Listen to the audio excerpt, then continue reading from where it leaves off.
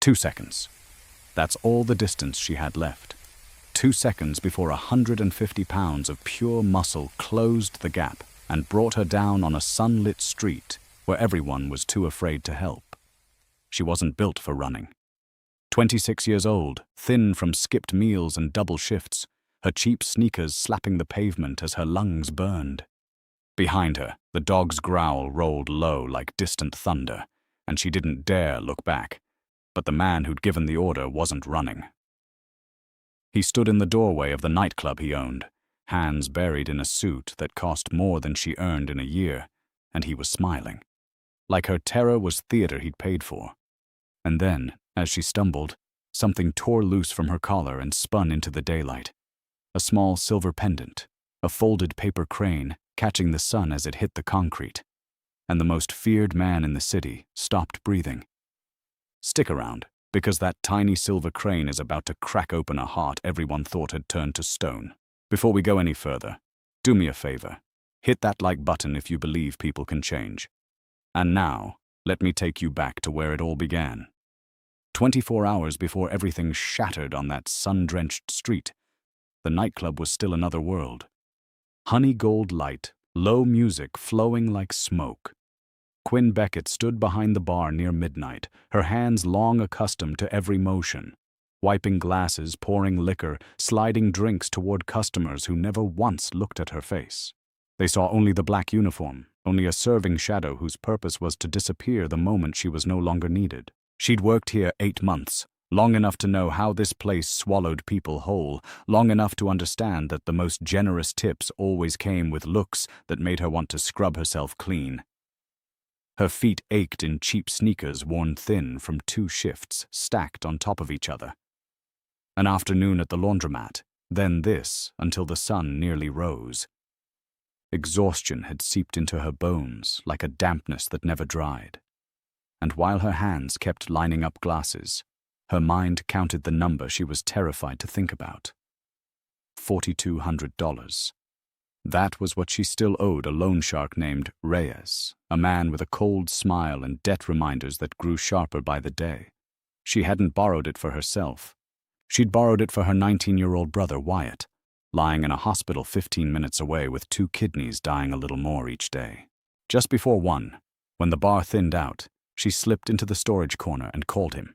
His voice came through hoarse and thin, but trying to sound cheerful in the way only younger brothers do so their older sisters worry less. He said today was all right. Said the night nurse was kind. Said she shouldn't work too late. She leaned against the cold steel shelf, eyes closed, and tried to keep her own voice perfectly normal. Before he hung up, he said he loved her, and she had to draw a deep breath before she could answer without breaking. When the screen went dark, her hand rose on its own to her throat, searching for the silver necklace beneath her collar. The small paper crane, the only thing left from her mother.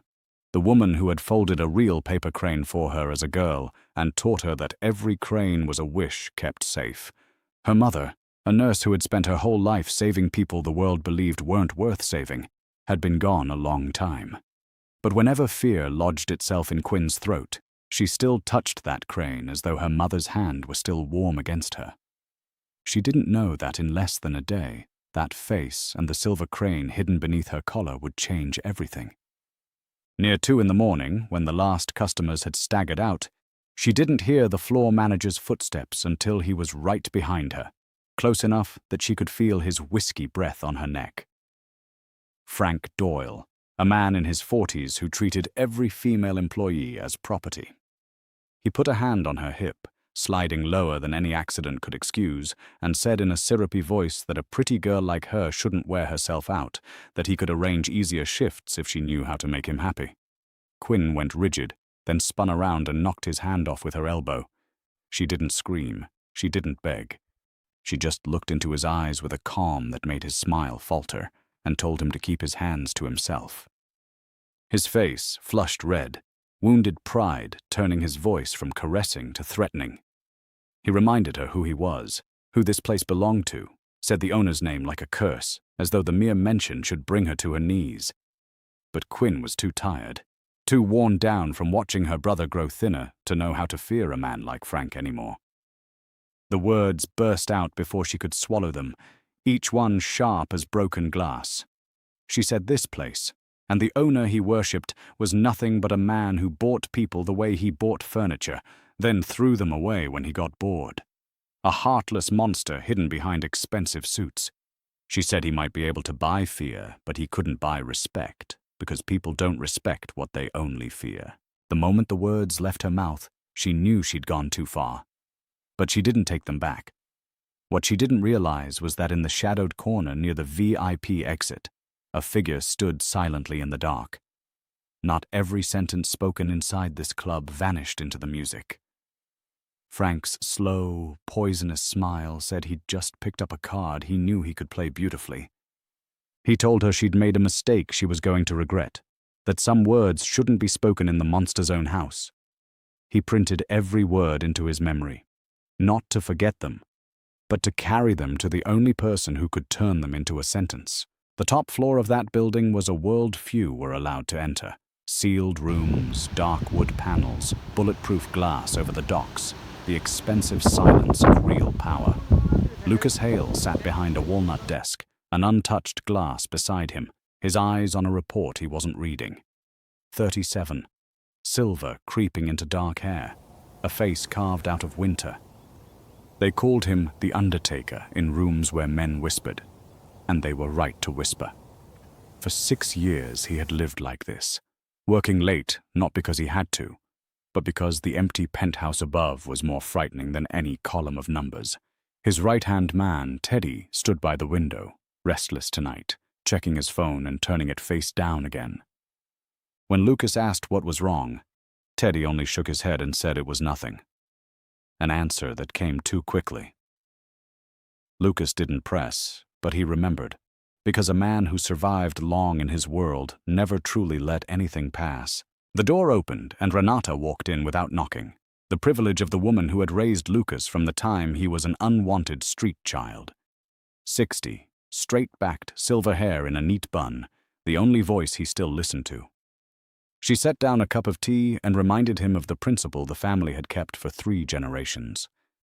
That real power lay in restraint, that one could be ruthless with equals, but must never touch those weaker than oneself, because that was the line between a boss and a beast.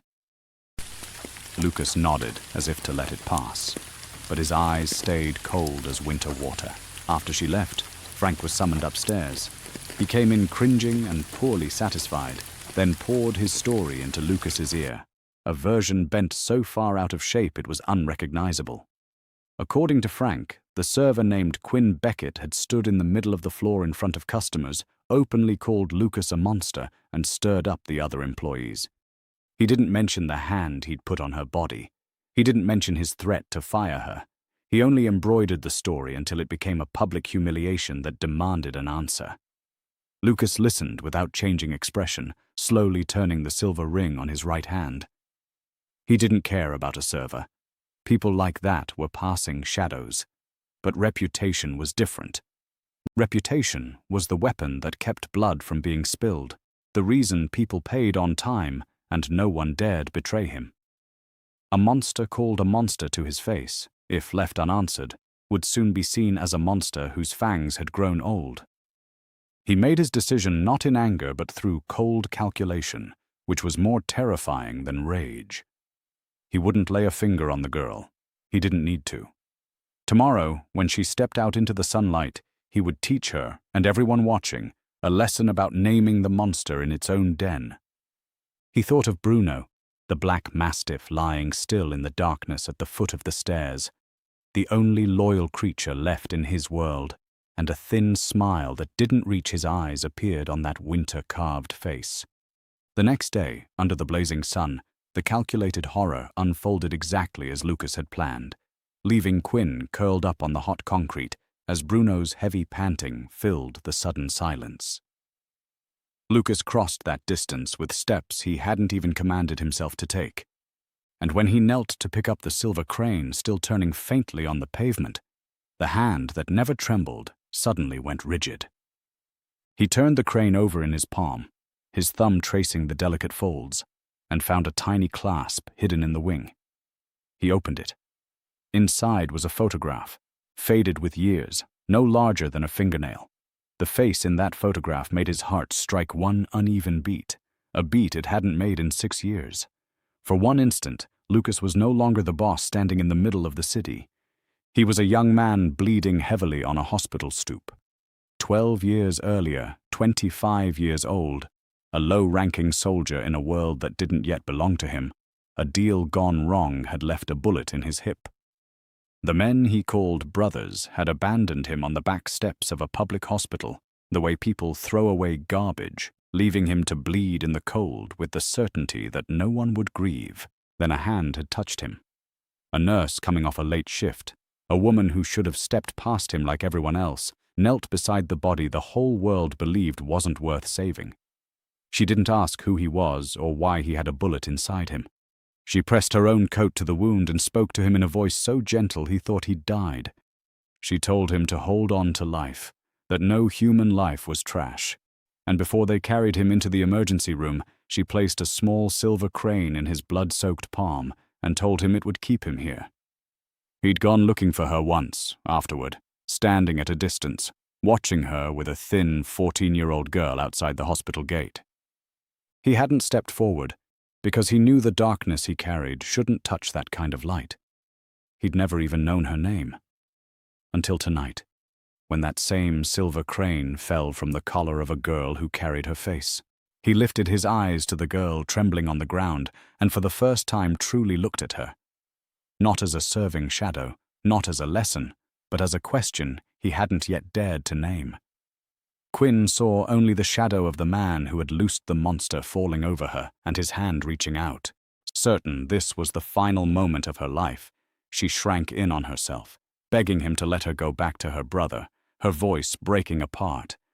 But Lucas's hand didn't tighten. It touched her shoulder, strangely gentle.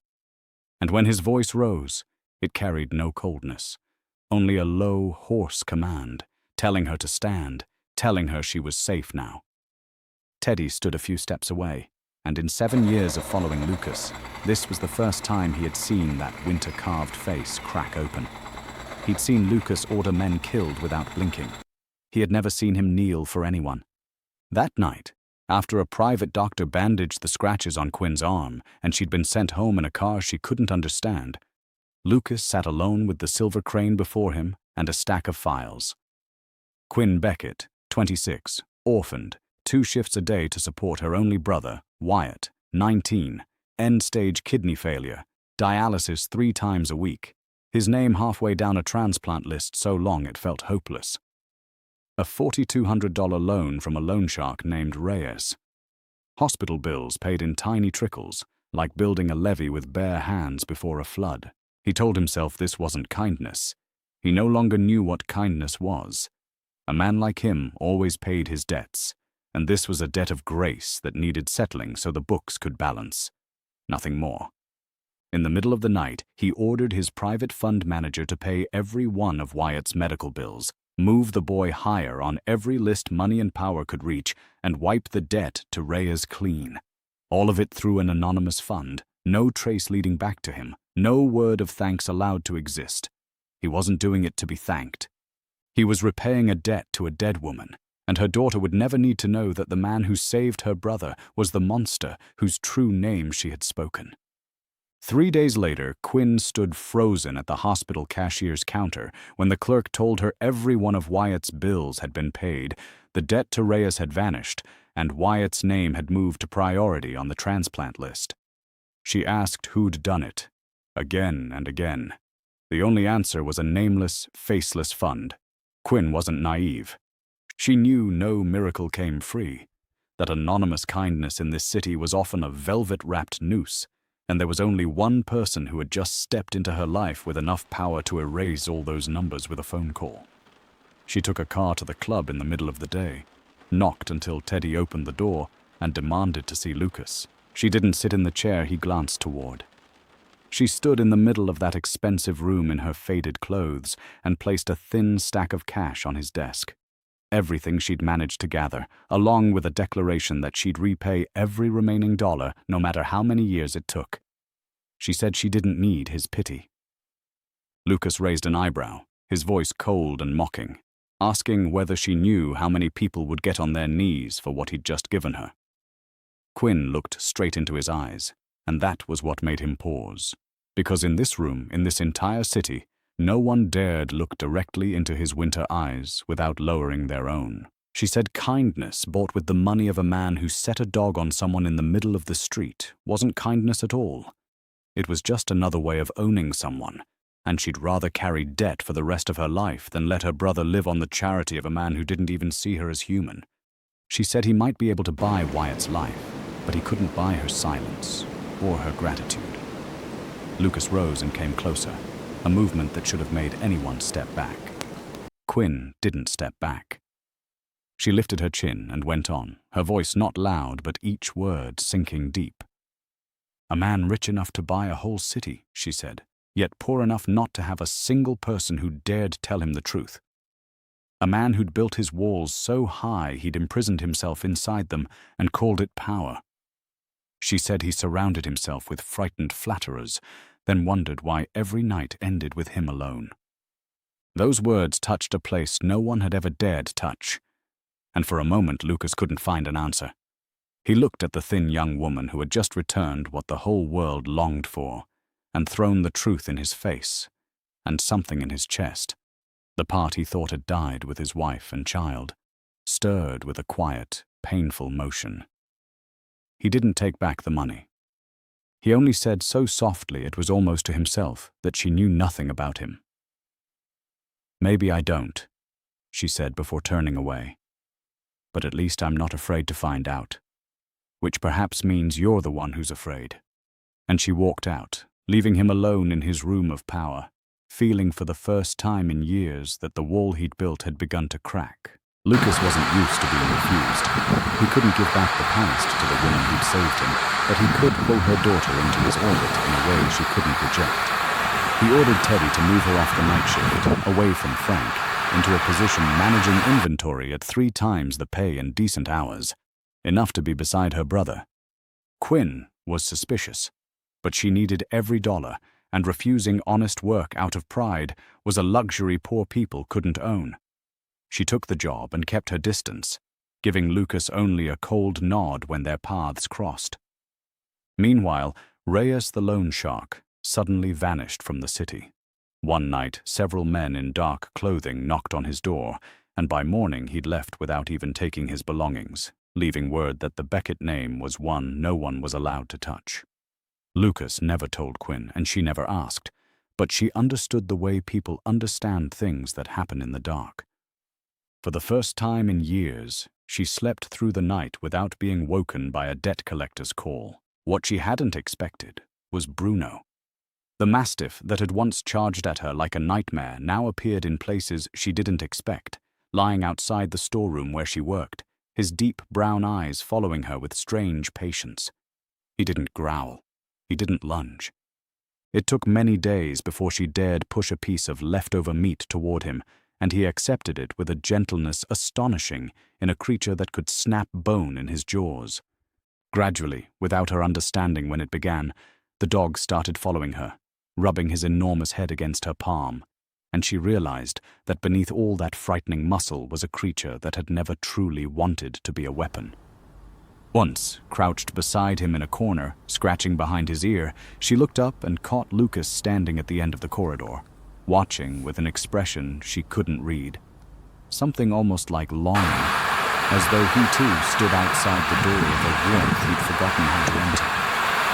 The dog trusted her before his master dared to, and none of those 3 living souls said it aloud, but all of them began to feel that some kind of ice, frozen solid for 6 years, was quietly beginning to melt. One rainy afternoon, Ranata came to find Quinn, carrying 2 cups of hot tea. She said she'd been watching, had seen the way Bruno followed her, the way Lucas looked at her when he thought no one noticed, and she thought it was time Quinn knew how the man she hated had truly become a monster. 6 years ago, Renata said, Lucas had been a different man, cold in business, but he knew how to smile when he came home, because at home there'd been a wife named Adeline and a little daughter named Ivy, barely 3 years old. She spoke of Ivy's curly hair, of the way she used to climb onto Lucas's lap demanding a story, of the way the most ruthless man in the city had once knelt on the floor to play pretend tea with his daughter's dolls. Then she spoke of the night that killed that man. A rival boss named Victor Kane, who had long coveted the family's territory, hadn't attacked Lucas head-on. He'd chosen the most cowardly path, sending men to ambush the car carrying Adeline and Ivy home from preschool. Lucas had arrived minutes later, soon enough to hold their still warm bodies. Too late to save anyone. From that moment, his eyes were never warm again. He buried his wife and daughter, and with them the part of himself that still knew how to love, swearing he'd never again allow himself to be soft enough to lose anyone else. Quinn sat listening, both hands wrapped around the cooling tea, and felt something inside her crack open. She understood for the first time that Lucas's cruel coldness wasn't his nature, but scar tissue over a wound that had never healed. And yet, even with tears stinging her eyes, she didn't slip into easy forgiveness. She told Renata she was deeply sorry for what he'd lost, that no one deserved such pain. But pain, no matter how great, wasn't a license to turn other people into a place to pour out rage. Tragedy explained the person he'd become. It didn't erase his responsibility. Renata looked at her a long while, then nodded slowly, something like relief in her eyes. "That's why I told you instead of anyone else," she said. "The people around him only know how to fear him or flatter him. Not one of them dares to both care for him and hold him accountable." Before she left, she warned that Victor Kane was still out there, that the old war had never truly ended, and that anyone who stepped into Lucas's heart became something his enemies would try to use. After that afternoon, something between Quinn and Lucas changed, a softening neither dared to name. They began to talk. Late one night, alone in the dark office with an opened bottle of wine and Bruno at their feet, Lucas spoke of things he'd never told anyone. Not about Adeline or Ivy, because he still couldn't touch those names, but about the exhaustion of being a monster, the sleepless nights in the empty penthouse, the feeling of becoming a name that frightened people so much they forgot there was a human being underneath.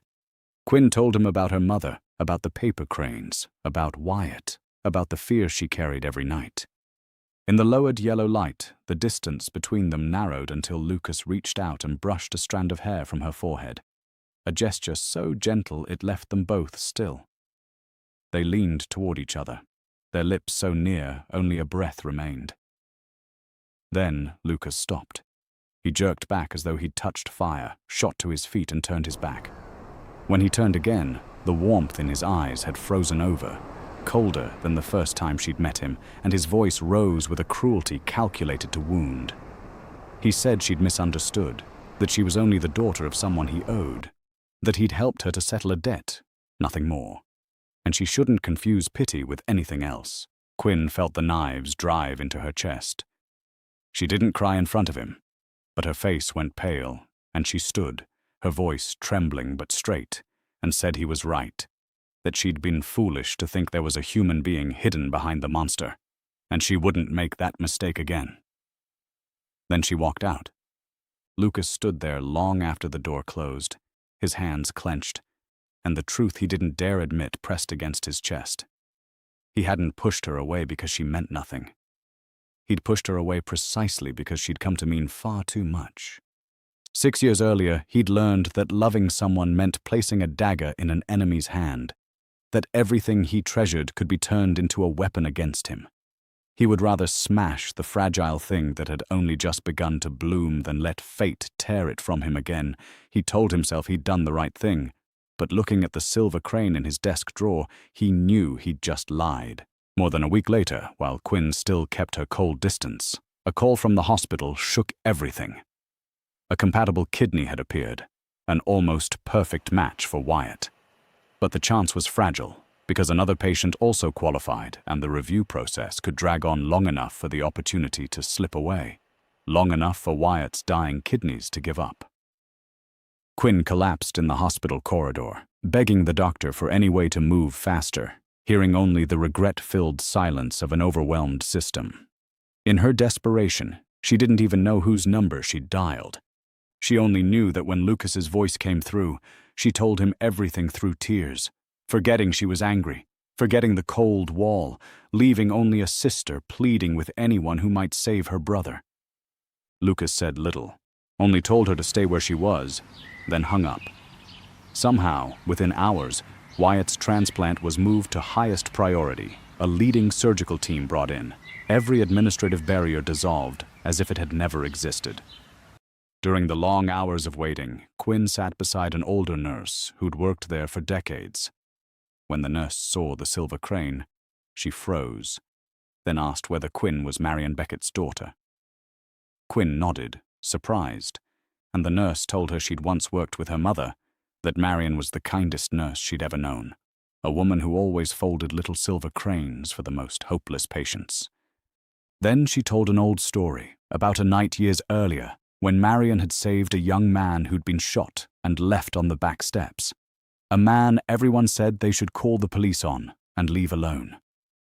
But Marion had knelt down and saved him, then placed a silver crane in his hand just like the one Quinn was wearing. Quinn sat frozen as every piece fell into place. The crane Lucas had picked up, the way his breath stopped when he saw it, the bills that vanished, the debt wiped clean. Wyatt's name moved to the top of every list, and now the kidney appearing like a miracle. None of it had been the pity of a monster. It was a debt of grace stretching across 12 years. A man paying back the woman who'd saved his life by saving the children she'd left behind. When the surgeon came out with the news that Wyatt had passed the critical point and the kidney was working, Quinn broke down crying. That very night she found Lucas standing alone by the glass wall and asked why he'd never told her that her mother had saved him. He turned, and this time raised no wall because there was nowhere left to hide. He said softly that he owed her mother his whole life, that he didn't deserve Quinn's gratitude, that he'd helped Wyatt not to make amends, but because it was the only right thing he still could do in a life filled with sin. Quinn stepped toward him, and this time when the distance narrowed, neither of them moved away. She placed her hand on his chest, right over the heart he'd believed was dead, and felt it beating fast and real beneath her palm. The wall had fallen. And from that second on, Lucas Hale once again had something to lose. While Lucas and Quinn were finding each other, another darkness was tightening around them. Frank Doyle had never forgotten his humiliation and could swallow even less that the girl had gone unpunished, been promoted, protected. His jealousy fermented into hatred, and a man like Frank did the most cowardly thing such men always do. He went to his master's enemy. In a dark bar across the city, Frank sat across from Victor Kane, the man who had killed Lucas's wife and child 6 years earlier, and still carried the ambition of swallowing the territory whole. Frank sold everything he knew for money and the promise of a position once the family fell. He told Kane how Lucas, cold as stone for 6 years, had suddenly changed because of a girl named Quinn. How the monster had finally grown a heart again, and a heart was a weakness. Kane listened with the slow smile of a hunting beast that had caught the scent of blood. He'd waited 6 years for the true way to destroy Lucas. Not by killing him, because death was too quick and too merciful, but by taking from him once more the thing he treasured, so he'd have to go on living in the hell Kane had created. But Kane never relied on only one card. Months earlier, he'd slipped a leash into the very heart of the family's inner circle, and that leash was wrapped around the throat of Teddy. Teddy had a sister named Sloane, the only family he had left, and Sloane had fallen into a crushing gambling debt at a casino Kane secretly controlled. Kane had bought that debt, and with it, Teddy's soul. "Become my eyes and ears," he'd said, "or watch your sister vanish." That was why Teddy had always seemed restless, checking his phone, carrying a tearing conflict on his face. He'd betrayed the man he'd served faithfully for 7 years, but with his heart ripped in half, passing along the smallest, least important details, telling himself he was only buying time. Now, with Frank confirming everything about Quinn, Kane summoned Teddy and coldly ordered him to provide her schedule. Every moment, she didn't have Lucas or Bruno beside her. Kane didn't need to break into the fortress. He only needed to wait for Quinn to step out on her own, and he knew exactly what would pull her out. 3 days after Wyatt survived the transplant, just as Quinn left the building for the hospital, her phone rang with an unfamiliar number. A cold voice introduced itself as one of Kane's people, then read back details only someone on the inside could know. Wyatt's room number, the nurse on duty, the color of the car she'd just stepped out of. The voice told her that if she wanted her brother to keep breathing, she'd go alone to an address in the Old Harbor district within 30 minutes. No police, no hail people, or an injection would end Wyatt's life right in his bed. Quinn stood frozen on the sidewalk. Every instinct screamed at her to call Lucas, but the image of her brother, helpless in a hospital bed, bound her hands. She couldn't gamble with his life. She hailed a taxi and gave the address in a trembling voice, gripping the silver crane at her throat like a final prayer. The Old Harbor district was a graveyard of abandoned warehouses. The iron door slammed behind her. Victor Kane stood in the middle of the open space, polished appearance hiding a cruelty even Lucas had reason to fear. He smiled and said she was even prettier than her photograph, that she wasn't his target. Only the rope meant to pull the real prey out of its den. In a dark corner, she saw Frank Doyle tied to a chair, his face bruised, his suit torn. Kane explained, almost with pleasure, that Frank had done his part by selling information, but a man who betrayed one master would betray another, and Kane never kept a dog that had bitten the hand that fed it. Frank was dragged away, his cries dying behind the wall. Kane pulled Quinn's phone from her hand, scrolled to Lucas's name, and with the smile of a man who'd waited 6 years, pressed call. When the phone rang and Quinn's name appeared, Lucas answered with a fleeting smile. But the voice that came through wasn't hers. It was Kane's, a voice he'd heard in nightmares for 6 years. Kane spoke slowly, savoring every second, saying he had the girl with the silver crane, that this time he truly hoped Lucas would come, unlike 6 years ago when he'd arrived too late. Then the line went dead. For one moment, Lucas's entire world shrank to a single white point of rage colder than ice. But he was no longer the young man who'd raced forward in panic 6 years ago. He drew one breath, and the rage froze into something sharp and controlled. He summoned Renata and his most loyal people. When they gathered, those who'd followed him for years recognized that something had changed. For 6 years, he'd given orders for power, for territory, cold as a machine. Tonight, for the first time, he was acting for a human being. Renata saw the thing she thought had died with Adeline living again in his eyes, and knew the son she'd raised had finally come back. He spread a map of the harbor district across the desk. He knew it was a trap. He wasn't naive. But refusing to go meant Quinn's death, a price he'd never pay. So he stepped into the trap with his eyes wide open, dividing his people into teams, calculating exits and blind spots. His gaze passed over Teddy, standing at the edge of the room with a bloodless face and trembling hands, and a flicker of suspicion crossed his mind. But time didn't allow him to follow it, a mistake he didn't yet know he was about to pay for. Before leaving, he knelt before Bruno, placed a hand on his enormous head, and looked into those deep brown eyes. This animal had once been his weapon of fear. Tonight he needed him not as a weapon of fear, but as a weapon of loyalty to find and protect the person both of them had chosen. The convoy rolled into the harbor district under cover of night, lights off, moving in silence. Everything seemed within his control. But the moment the first team drew close, everything shattered. Kane's men weren't where they were supposed to be. They were lying in wait at the very blind spots Lucas had chosen, as though they'd known every move in advance. Gunfire tore through the dark, and 2 of his men went down. In that instant, the truth struck him like a fist. Only one person knew the entire plan. He spun to find Teddy frozen in place, the phone still glowing in his hand, and in his eyes not the fear of a man under attack, but the gut-wrenching pain of a man who had just betrayed someone. For 1 second that stretched into eternity, the 2 men looked at each other, 7 years of loyalty collapsing in silence. But there was no time for rage, because inside, Quinn was alone with Kane. And Quinn hadn't sat still waiting to die. She'd watched, counted the gunmen, noticed where they set their weapons down.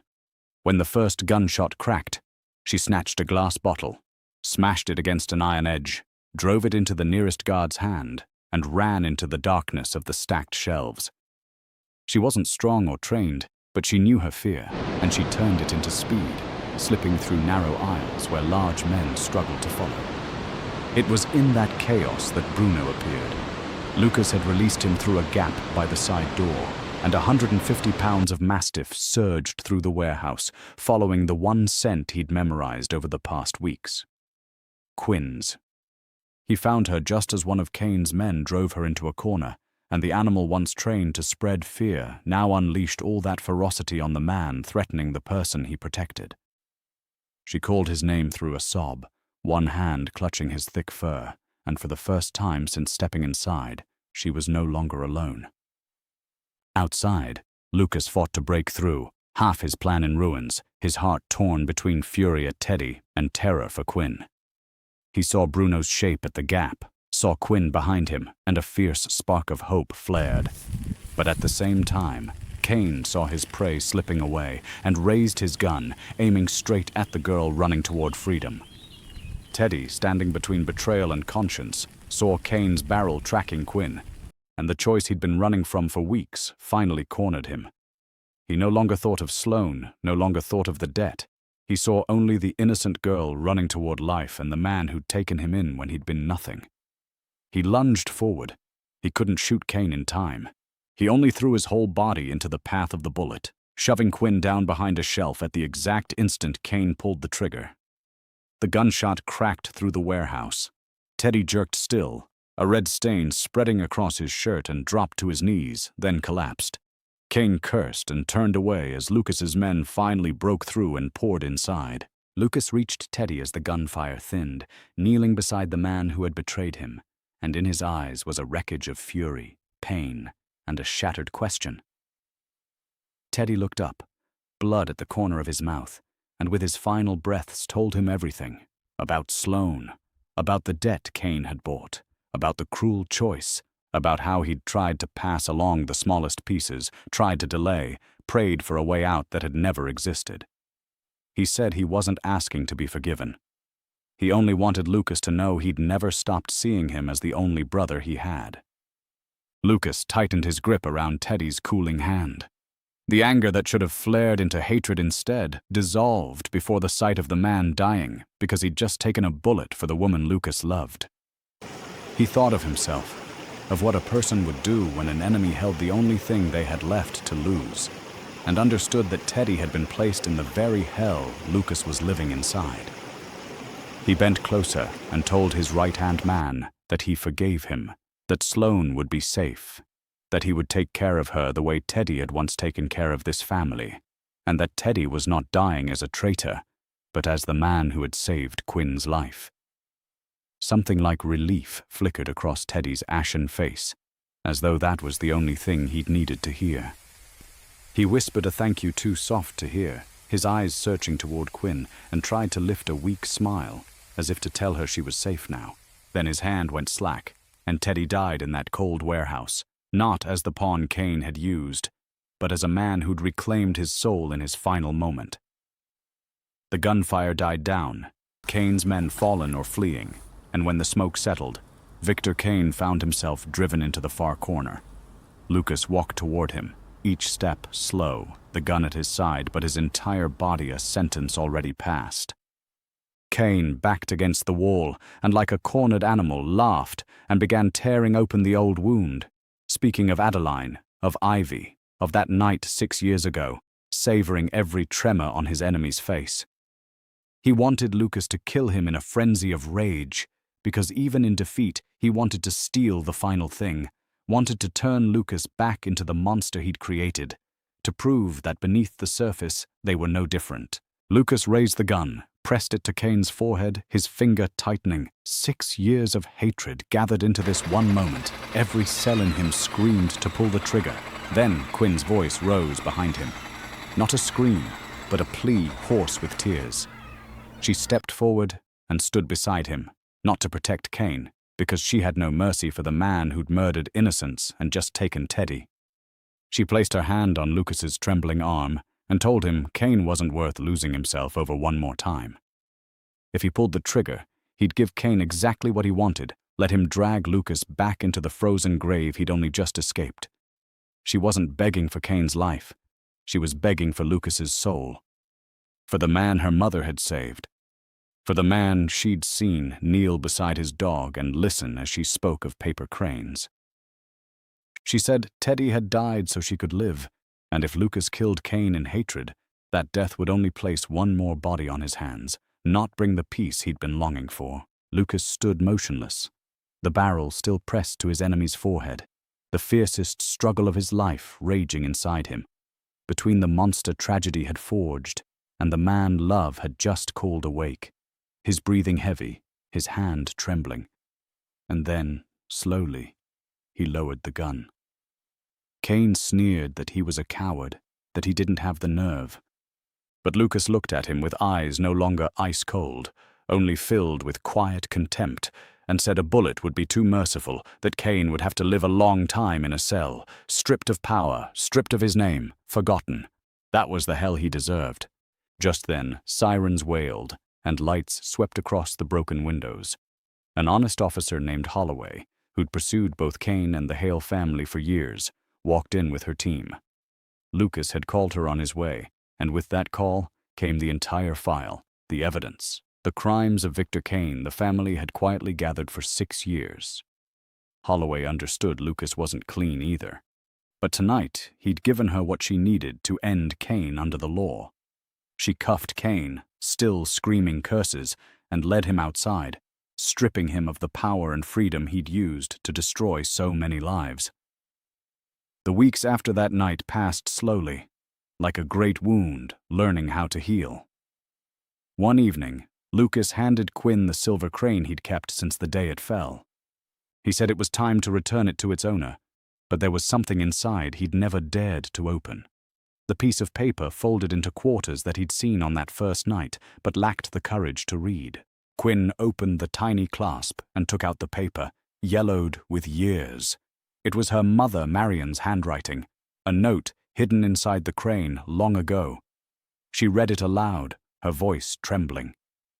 Her mother had written that she'd spent her life on the line between life and death, and had learned one thing she wanted to pass on. That no one was born evil, only wounded so deeply they forgot they'd once been kind. That kindness given to someone the whole world had rejected was the only thing powerful enough to pull them back into being human. And that every crane she folded was a reminder that even in the darkest night, one hand reaching out could still save a soul. When Quinn finished, they both fell silent. Marion had never known who the wounded young man she saved would become, never known that the crane she placed in his hand would one day come back to save her own children.